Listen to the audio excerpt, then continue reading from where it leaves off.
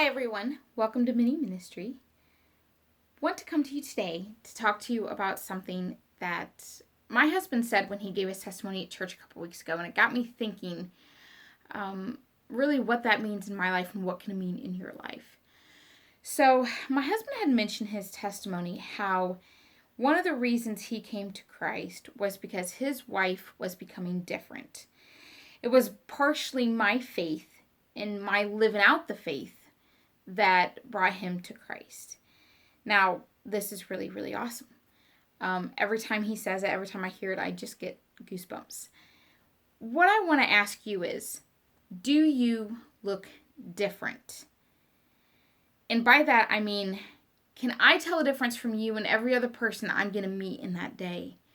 Does something stand out? Is there something about you that tells me I should get to know you? Is there some kind of joy that radiates from you that makes me want to have a conversation?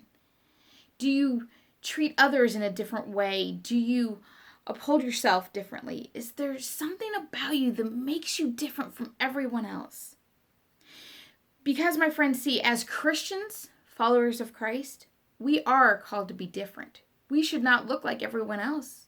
We need to be in the world, but not of the world. We should be living a life in a way that when people see us, they want to know why we're happy. They want to know why we have hope and joy, and they just want to know why we are the way we are.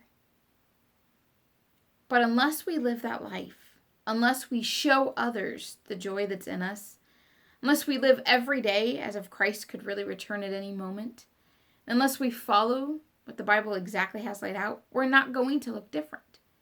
In fact, we try so hard to not look different. You can call me weird. You can call me unique. You can call me whatever. I don't really care. I don't care what people think of me. And neither should you. Because all that really matters is what He thinks.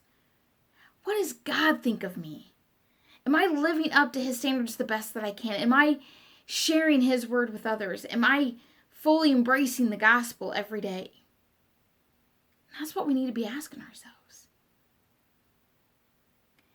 I can probably tell you that there's 5 things pretty much everybody I know would say about me. I love to read. I always wear a skirt or a dress. I am an author, so I like to write. I love going to church. And I love Jesus. I'm pretty sure any of my friends watching this would attest that those 5 things are true. I guess you could say I'm short. Most people might say I'm short. So maybe 6. But there are certain things that no matter who is around us, they would say that is part of who you are. But my friends, it's more than just what you look like. It's what you exude. It's who you are, the essence of your being. I don't want the end of my life to come and people to say, oh, she was great at this and that and this, and nobody mentions Jesus. Because that's all too often what happens. We get to the end and everyone talks about your accomplishments, your legacy that you leave behind. But nowhere in that conversation is faith ever a part of it. No one mentions how you lived for Christ. Nobody mentions what you did. And if that's true for you, if you think you'd come to the end and no one would say that, I think it's time to reprioritize and think, how can I truly live for Christ? How can I show others my belief? So I want to challenge you today that when people think that you're weird or different or odd, embrace it.